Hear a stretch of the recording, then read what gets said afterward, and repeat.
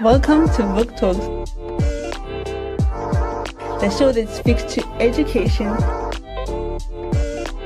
health, entrepreneurship, and so much more.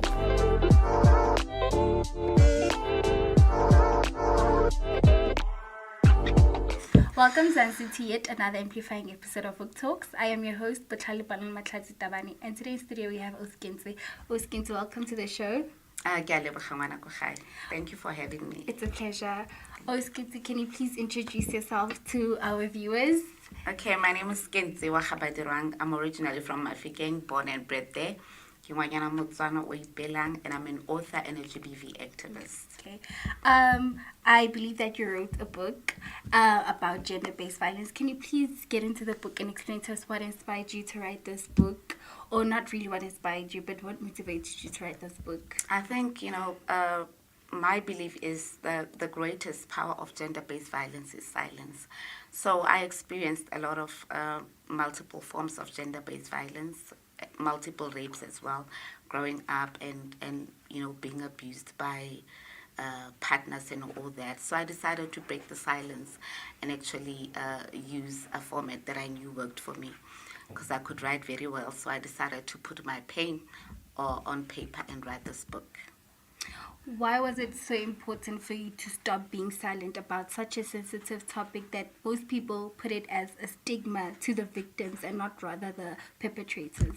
Yeah, because, I figured, we grow up in communities where women actually silence, because growing up in my family, I saw a lot of, GBV happening in my family, in my community. So I decided to break the silence and say, if no one is going to speak about it, then I'm going to be that girl and, actually not really try and have everybody feel pity for me. But I felt that talking about it is actually going to inspire other survivors to come out and share their stories as well. You're an activist, so... Yes. When did this journey of activism start? It actually started in 2011 after I had a mental breakdown. So I suffered different types of mental disorders, your psychosis. It kind of, spoke to me to say, you must do something about this. So it was not me wanting to heal myself only, but I figured, let me do this, passionately, not just for myself, but for all the women and children out there. So I realized that it was something that was really rooted, in me to say, I am going to be the voice for the voiceless. Then when you had your mental breakdown, did you have any support? And how important do you think support is for victims of abuse, gender-based violence, and everything in that umbrella? No, I didn't have support because, by that time when I had a mental breakdown, it was still a stigma, to say people are suffering from mental disorders. Because remember, as much as rape is a physical activity, but then it's going to affect you over a long period of time. So, and then I didn't get a lot of support because people were, I don't know how to call it, but it was like brutally, putting me in that space of saying we still have to create awareness around mental disorders and all that.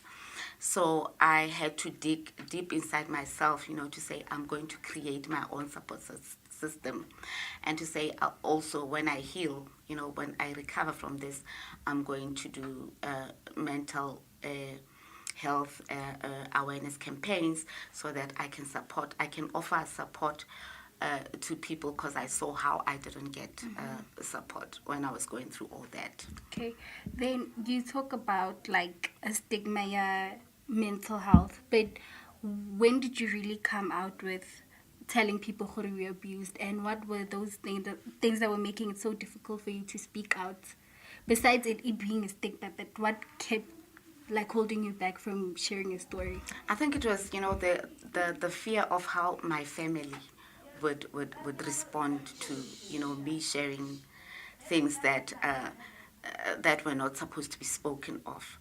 And remember, gender-based violence can be from my mother or can be from my brother, or so it was very difficult because in my case I was trying to narrate a story of a broken relationship between a mother and a daughter. So when it came out, it was like me, embarrassing my mother, but it was actually written, for my mother and I to find a space where we could meet and try to heal each other. You understand? So sort of like breaking that barrier of pain between the two of us. You understand? So that was what was holding me back. So I decided, you know what, it's gonna take a while. It's gonna take a lot for my family to understand. But it took we had fights and all that, but I persevered, and everybody got to understand why I had to write the book, because it kind of healed the whole family and the whole community because people started speaking out. Yes. Then how did you get communities involved? Because many people, how did you get them involved to have such an open conversation about such issues? Yeah, because when my book came out, I started doing motivational speaking. I started going to schools, because I also feel a lot of GBV hidden issues, originate from schools. Even teachers emotionally abuse learners. That's where the bullying comes from. And so I actually engaged communities and started having dialogues, and my activism work started growing, and I won international awards, for advocating for human rights for women and children, and then I started being recognized. So that's how I got to even this book, Katie's Arrow, won the best nonfiction African author award in 2019. So that's when my platform started growing, and I got to collaborate with other stakeholders in the same space. Then you have a book, Yes. Katie's Arrow. Katie's Yes. Arrow. What inspired the title of the book? Yeah, the arrow, Katie. So I wrote my book from a third person perspective, like I'm telling a story about this girl, because I think it was too painful for me to say I. So I had to give this girl, a character so that it could be easy for me to write and talk about her. You understand? So the arrow means that it actually represents all these multiple forms of gender-based violence and unhealed child traumas and generational curses. So it was just me consolidating all that into one arrow. So it's Katie's Arrow, either be my mental journey, my spiritual journey, all that. So I had to summarize it and put it into an arrow. Then what is important about talking about like healing your inner child, healing from generational traumas? Like, why is that conversation so important to people, especially regarding mental health? Because it can cause the mental breakdown. Why is that conversation about healing the inner child and healing from trauma so important in our society? Yeah, I think, healing your inner child is very, very important. If I can give you a perfect example, it's because when I was growing up, I was an introvert, you understand? So, but then, because I had to adopt a certain type of character. So when I was growing up, I was labeled the ugliest child, so I was abused a lot. But when they defined my ugliness, Bambisa Brenda Fassi, you understand? So I adopted Brenda Fassi's personality and character, because now she came across as a person who didn't care about what people said about her. So that was what I used to protect myself. But growing up years later, having to go through Katie's Arrow, speaking about, I realized that I am not that person. You understand? And people have grown to love the Brenda Fassi, not the Kentse Badirwang, because now, having to reconnect with my inner child, I know that I don't like people, and people think, you understand? So people know me as this person, but I'm actually getting to reconnect with Kentse Badirwang, that young, shy girl who likes to be alone, and, who likes to have conversations, deep, meaningful conversations with herself. So that is the person. That is Kentse Badirwang, not the mapara that I grew up, being titled. Yeah. Then 16 days of activism, Thomas soon. How important is it to gender-based violence survivor like yourself? 16 days to me is just, I think it's something that, I don't know how to put it, but, it's just a fraction, like a drop in the ocean of something that is so serious, because gender-based violence to me has become like genocide committed against women and children. Yes. So now to just allocate 16 days, although the president once, launched a campaign to say it's 365 days. Yes. And during the 16 days, that's where we have numbers tripling. I don't know if numbers, gender-based violence stats tripled during the 16-day season. Yeah. So I don't know if it's intentional or it's because it's towards December or it's the timing, but something is not correctly aligned because now that's where we see a lot of killings, a lot of femicide, a lot of child rapes and all that. So 16 days to me is actually a reminder that we are not doing something right in South Africa, especially in South Africa. Then what initiators tse nagana gore di ka thusa? Because now saying that 16 days, it's like number it seems as though, I don't want to say, and I'm a very superstitious person, it should be eradicated in a way, but not eradicate. What other new measures can be taken rather than this one that is so triggering for survivors? Yeah, you know what? Because over the years, I started this work in around 2011, 2010. So I've realized that, for instance, our law enforcement agency, your SAPS, does not have a budget for GBV. You understand? So, and then social development, various departments, key departments like your social development, does not have, they only get to be active around 16 days, you understand? So, and then that amount of money for 16 days, you can see that plus minus 10 million is allocated for 16 days.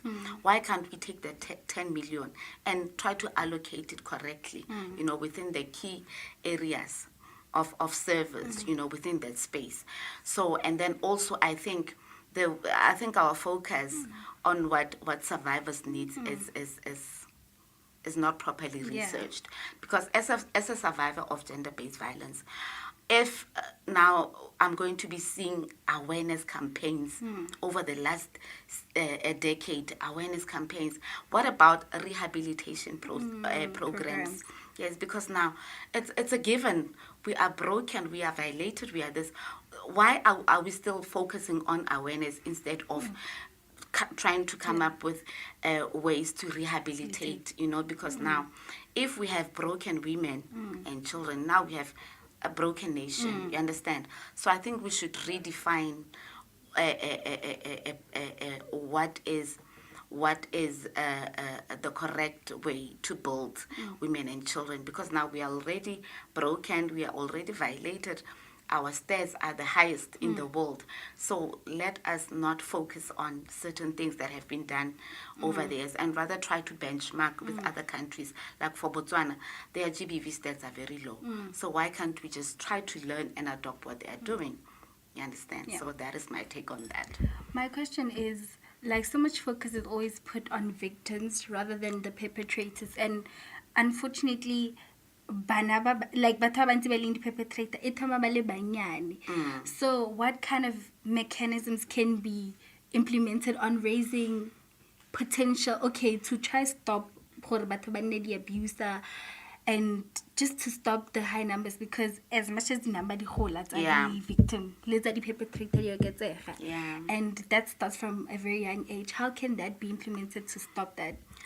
What's young, my baby? South Africa itself is a country that was born into violence, right? So back in the days, 1950 something, like if I was a father, and then I had a son. So ngwana o na rutwa gore tshwantse a golwana le the apartheid system. So wa bana ba dirisa matlapa and all that. And ka dinako tseo, there was no real communication between a father and a son. Understand? So ke kganyele gore a boy child was neglected, and all this violence that erupted from a society e leng gore e gola ka dintwa wa tlhaloganya.